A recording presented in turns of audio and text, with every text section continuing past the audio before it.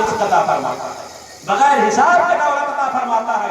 حضرت سرکار غوث اعظم رضی اللہ تعالیٰ عنہ ہے، ریاضت و مجاہدہ کا عالم یہ ہے کہ آپ کے بچپنا سے لے کر کے آپ کی آخری زندگی تک سرکار غوث اعظم کی سیرت پڑھتے پڑھتے چلے جائیے۔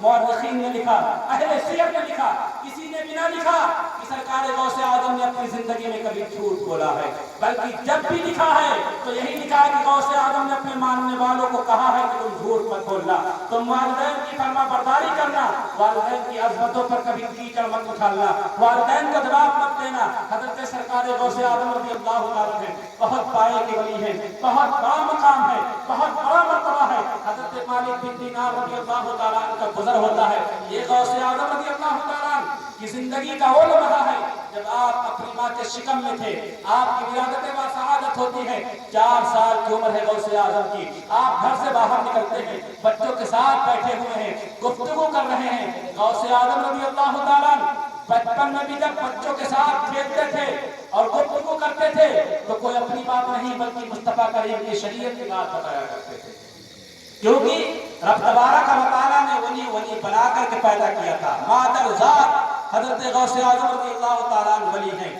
سرکار غوث اعظم کا 4 سالہ بچپنا ہے، باہر ہیں، بچوں کے ساتھ کھڑے ہوئے ہیں، واعظ و نصیحت کر رہے ہیں، ان کو تقریر سنا رہے ہیں، ان کو شریعت اسلامی بتا رہے ہیں۔ حضرت مالک بن دینار کا گزر ہوتا ہے۔ حضرت مالک بن دینار کا ایک طریقہ تھا کہ وہ نبی پاک صلی اللہ علیہ وسلم کے طریقے پر عمل کرتے تھے۔ حضور کی حدیث پاک ہے افشوا السلام، کہ تم سلام کو پھیلاؤ۔ حضرت مالک جب بھی گزرتے تھے جو بھی ملتا تھا اس سے سلام کرتے تھے، جو بھی ملتا تھا اس سے سلام کرتے تھے۔ لوگوں کو سلام کیا، گزر گئے، حضرت غوث اعظم تھے، سوچا بچہ ہے، سلام نہیں کیا، آگے بڑھے۔ اس کے بعد آپ فکر مند ہوتے ہیں، کہا کہ سب کو سلام کیا تھا تو اس بچے کو بھی سلام کرنا چاہیے۔ آپ واپس آتے ہیں، غوث اعظم کی بارگاہ میں آتے ہیں، سلام کرتے ہیں، السلام علیکم۔ سرکار غوث اعظم رضی اللہ تعالیٰ نے ان کا جواب دیا، وعلیکم السلام وعلیکم السلام۔ حضرت مالک ابن دینار ہے، سلام کیا 1 مرتبہ، جواب دیا 2 مرتبہ غوث اعظم نے۔ حضرت مالک پریشان ہو جاتے ہیں۔ حضرت مالک بن دینار نے عرض کیا، اے غوث اعظم، اے عبد القادر، اے بچے یہ بتا کہ میں نے سلام 1 بار کیا ہے، تو نے جواب 2 بار دیا ہے، اس کی وجہ کیا ہے، معاملہ کیا ہے، بات کیا ہے؟ غوث اعظم رضی اللہ تعالیٰ عنہ 4 سال کی عمر ہے۔ آپ فرماتے ہیں، مالک بن دینار تمہیں پتہ نہیں ہے کہ تم ہمیشہ ہمارے گھر سے گزرتے تھے، تم سلام کیا کرتے تھے، جب بھی گزر ہوتا تھا اس گلی سے سلام کرتے تھے۔ ایک بار تم نے سلام کیا تھا، میری ماں دروازے کے پاس تھی، اس وقت میں ماں کے شکم میں تھا، تمہارے سلام کو سنا تھا، اگر اس وقت میں جواب دیتا تو میری ماں ڈر جاتی۔ اے مالک بن دینار، تم نے سلام کیا تھا، اس کا وجود تو ہم پر تھا، آپ 2 بار سلام کر کر کے اس وجود کو ہمیں ساتھ کیا۔ غوث اعظم رضی اللہ تعالیٰ عنہ ہیں، آپ دیکھیں حضرت غوث اعظم رضی اللہ تعالیٰ کا بچپنا ہے، آپ باہر جاتے ہیں، بچوں کے ساتھ کھیلتے ہیں، آپ کی والدہ ماجدہ دروازے پر جھاڑو دے رہی ہیں، غوث اعظم آتے ہیں، آپ کے قدم میں جھاڑو لگ جاتا ہے۔ غوث اعظم رضی اللہ تعالیٰ نے عرض کیا، اے میری ماں، اے میری والدہ ماجدہ، ذرا یہ بتا کیا تو میرا بدلہ لے رہی ہے؟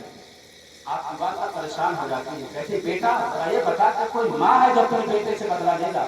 آپ حضرات تھوڑی دیر اور توجہ دیں، میں ختم کرنے جا رہا ہوں۔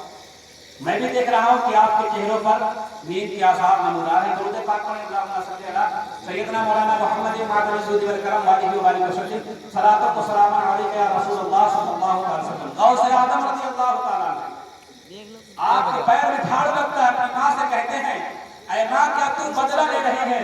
ماں نے کہا بیٹا ماں کو یہ بیٹے سے بدلہ لیتی ہے۔ آپ نے کہا کہ مجھے تمہیں معلوم نہیں ہے۔ ماں نے کہا بتاؤ کون ایسی چیز ہے جس کی وجہ سے میں تم سے بدلہ لوں گا؟ آپ فرماتے ہیں کہ ایک مرتبہ آپ باغ میں تھی میرے نانا جان کے، حضرت عبداللہ سمائی کے باغ میں تھی، اور انگور کا ایک درخت تھا جس کا ایک خوشہ لگا ہوا تھا جو تمہیں بہت پسند تھا، جسے تو کھانا چاہتی تھی۔ تیرا ارادہ ہوا کہ میں اسے کھاؤں، اور آپ نے ہاتھ بڑھایا تھا انگور کے خوشے کی طرف۔ اس وقت میں تمہاری شکم میں تھا، اس وقت میں تمہارے پیٹ میں تھا۔ اے امی جان، جیسے ہی تم نے ہاتھ بڑھایا تھا میں نے پیٹ کے اندر کروٹ لی تھی جس کی وجہ سے تمہیں درد اٹھا تھا، اور تم بیٹھ گئی تھی اور انگور کا خوشہ تم نہ توڑ سکی تھی، انگور تناول نہیں فرمائی تھی آپ۔ اللہ اکبر کبیرہ۔ حضرت غوث اعظم رضی اللہ تعالیٰ اتنا کہتے ہیں. آپ کی والدہ فرماتی جب تم نے اتنا بتا دیا تو ذرا یہ بتا دے جب تیری ماں کی خواہش تھی کہ وہ انگور کھائے لیکن تو انگور کھانے کیوں نہیں دیا؟ اس وقت تو نے ماں کے شکم کے اندر کیوں تم نے کروٹیں بدلی؟ غوث اعظم فرماتے ہیں ماں تمہیں معلوم نہیں ہے جس انگور کو تو ہاتھ بڑھا کر کے توڑنا چاہتی تھی اسی انگور پر ایک اژدہا تھا. اگر آپ ہاتھ بڑھاتی تو اژدہا تیرے ہاتھ میں ڈس لیتا جس کی وجہ سے تجھے تکلیف ہو جاتی. اللہ اکبر کبیرہ. غوث اعظم رضی اللہ تعالیٰ اپنی ماں کے شکم کے اندر ہیں. اللہ نے وہ مرتبہ عطا فرمایا تھا کہ شکم کے اندر سے ماں کی حفاظت فرمایا.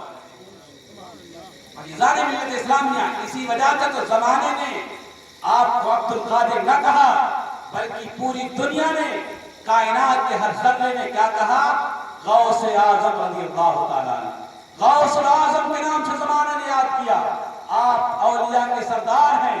عزیزان ملت اسلامیہ ہم غوث اعظم رضی اللہ تعالیٰ کی سیرت کو سنتے ہیں آپ کے طریقے کو سنتے ہیں. ہمیں سرکار غوث اعظم رضی اللہ تعالیٰ کی زندگی پر عمل کرنا چاہیے اور آپ اس چکر میں نہ رہیں کہ ہم جو کر کے جائیں گے ہمیں اس کا کچھ بھگتان نہیں کرنا, ہمیں اس کا کچھ بدلہ نہیں ملے گا. اگر آج آپ ایسا کریں گے تو کل آپ کی اولادیں آپ کے ساتھ کریں گی. اگر آج آپ اپنے ماں باپ کو تکلیف دیں گے تو کل آپ تکلیف جھیلنے کے لیے تیار ہو جائیں. حضرت امام غزالی رحمۃ اللہ تعالیٰ علیہ نے بہت مشہور واقعہ نقل فرمایا ہے مکاشفۃ القلوب کے اندر. آج ہمارے نوجوانوں کے اندر ہمارے معاشرے کے اندر یہ فکر پیدا ہو جاتی ہے ماں باپ بوڑھے ہوتے ہیں تو نوجوانوں کو ماں باپ بوجھ لگنے لگتے ہیں. باپ تکلیف میں ہوتے ہیں نوجوان پریشان ہو جاتا ہے باپ سے. وہ باپ جو تجھے کتنے سالوں تک پالا اور اس وقت جب تو پی نہیں پاتا تھا باپ تھا ماں تھی کس قدر تیری پرورش کی ہے کس قدر تکلیفوں میں رہ کر کے تجھے جوان کیا ہے. امام غزالی فرماتے ہیں کہ ایک نوجوان تھا اس کی بیوی کا انتقال ہو جاتا ہے اور اس بیوی سے ایک بچہ پیدا ہوتا ہے. 7 ماہ کا بچہ تھا بیوی انتقال ہو گئی بیوی کا انتقال ہو گیا. نوجوان اسے پالتا رہا لکڑی کاٹتا تھا لکڑیوں کو بیچتا تھا بیچنے کے بعد راشن لاتا تھا اور اپنے بچے کی پرورش کرتا تھا اور کرتے کرتے ایک زمانہ ایسا آیا کہ وہی بچہ 7 ماہ سے 25 سال کا ہو جاتا ہے. تو ہر باپ کو فکر ہوتی ہے ہر باپ چاہتا ہے ہر ماں چاہتی ہے کہ ہمارے بچے کے سر پر سہرا ہماری زندگی میں رکھا جائے ہماری نظروں کے سامنے رکھا جائے. اس باپ نے چاہا باپ تو بوڑھا ہو چکا تھا اس نے چاہا کہ کیوں نہ اپنے بچے کو ہم نے جوان کیا ہے اپنے بچے کو جوان کیا ہے پرورش کی ہے تو کیوں نہ اپنی زندگی میں اس کے سر پر سہرا سجانا. المختصر شادی کر دی بچے کی شادی ہو جاتی ہے نوجوان شادی کر کے اپنی بیوی کو گھر لے آتا ہے. کچھ سال گزرتے ہیں 4-5 سال کے بعد باپ بہت کمزور ہو جاتا ہے. اب باپ کا عالم یہ ہے کہ نہ باپ چل سکتا ہے نہ پی سکتا ہے نہ کھا سکتا ہے نہ اٹھ سکتا ہے نہ بیٹھ سکتا ہے یہاں تک کہ قضائے حاجت کے لیے بھی چل کر کے نہیں جا سکتا ہے. بیوی نے دیکھا نوجوان کی بیوی نے دیکھا کہ باپ جو ہے ہمارے شوہر کا بہت پریشان ہے اب تمام خدمت اس کی جو ہے مجھے کرنی پڑ رہی ہے. اپنے شوہر کو بلاتی ہے اور کہتی ہے کہ اے نوجوان اے میرے شوہر تو سن لے آج تجھے مجھ سے ایک وعدہ کرنا ہے. بیوی نے کہا تجھے مجھ سے ایک وعدہ کرنا ہے. نوجوان نے کہا بتاؤ بات کیا ہے. کہا ذرا یہ بتا کہ تم مجھے چاہتا ہے